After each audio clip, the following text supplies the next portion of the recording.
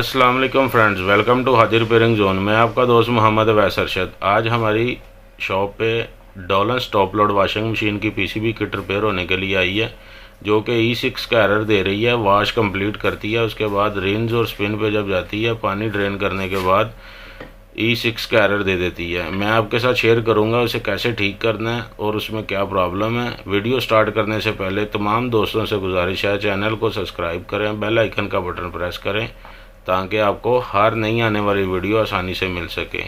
आए आपको लैब में लेकर चलते हैं।